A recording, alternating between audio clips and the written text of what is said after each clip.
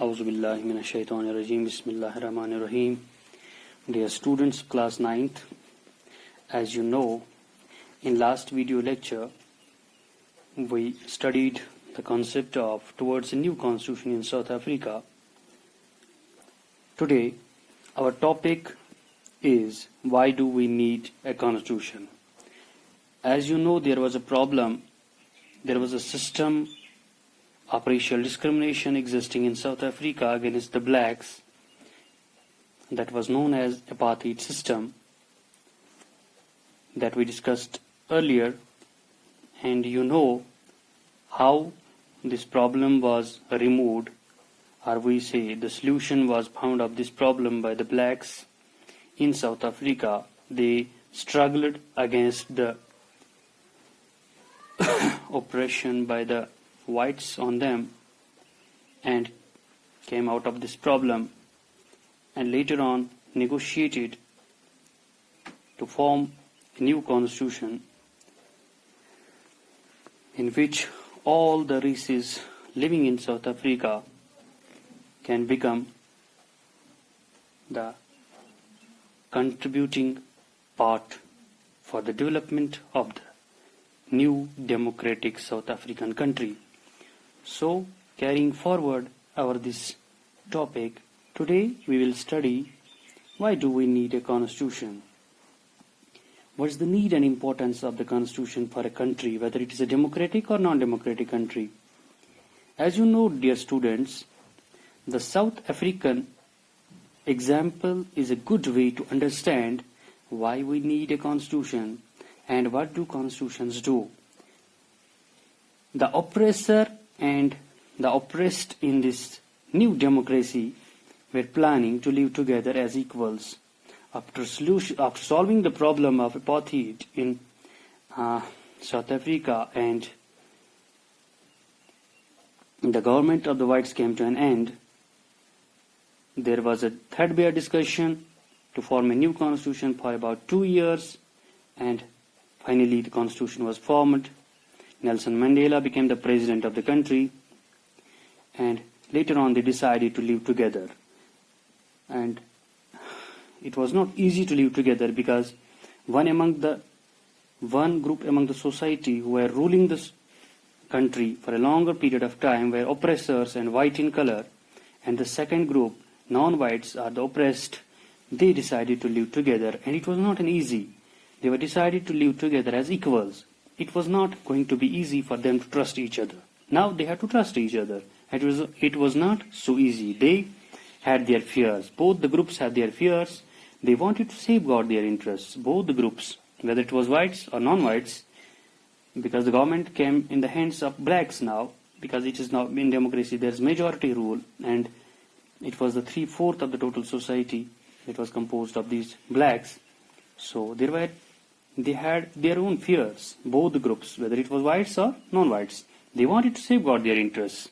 Both the groups wanted to safeguard their interests. The black majority was keen to ensure that the democratic principle of majority rule was not compromised. Similarly, they wanted substantial social and economic rights. The white minority was keen to protect its privileges and property. The minority, that's the whites who lost their government, who lost their rule over the blacks, now were keen to protect its privileges and property. After long negotiations, both parties agreed to compromise. The whites agreed to the principle of majority rule and that of one person, one vote. They also agreed to accept some basic rights of poor and workers. The blacks agreed that majority rule would not be absolute. They agreed that the majority would not take away the property of the whites. This was the compromise. This was the negotiation that was made between these two after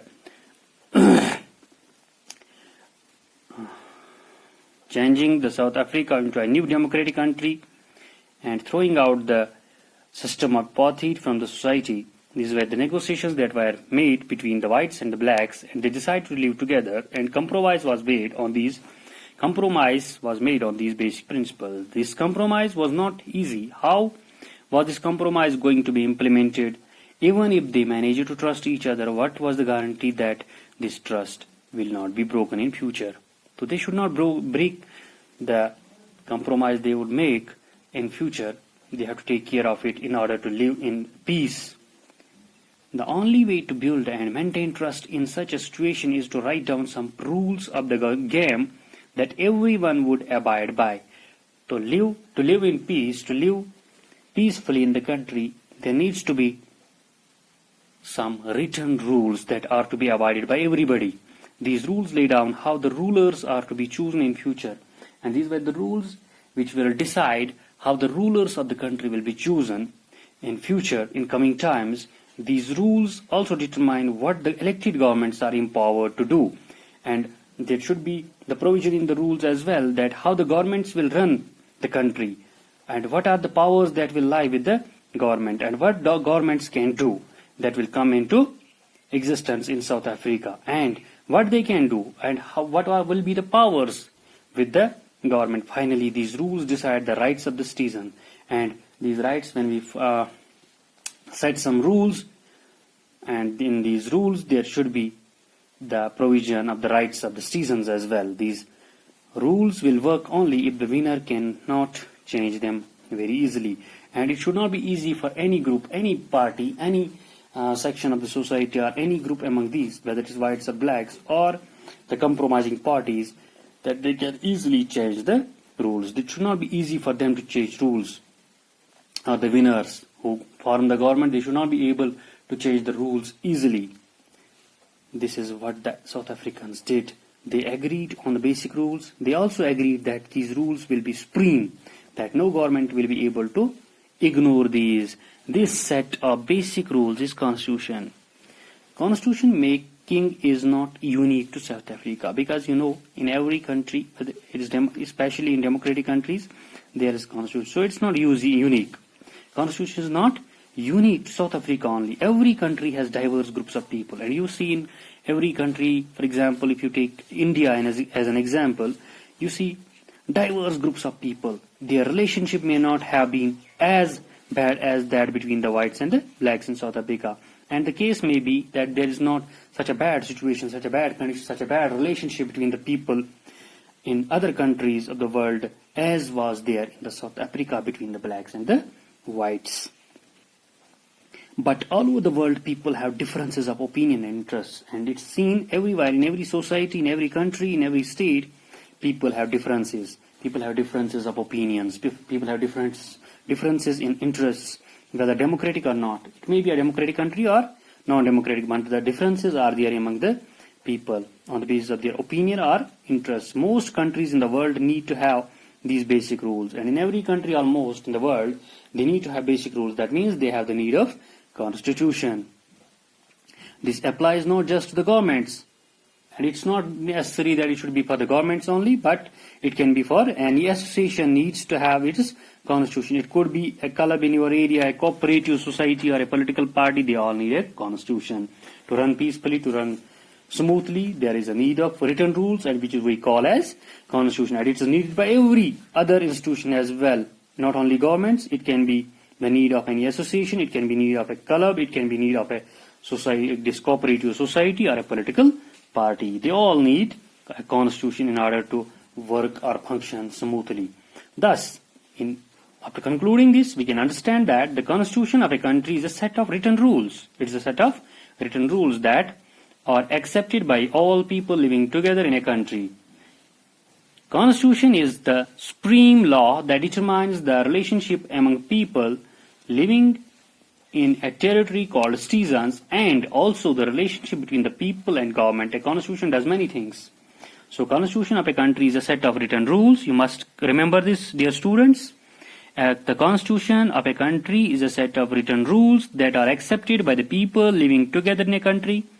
Constitution is the supreme law that determines the relationship among people living in a territory, and also the relationship between the people and government. And what the Constitution does? A Constitution does many things. First, it generates a degree of trust and coordination that is necessary for different kind of people to live together.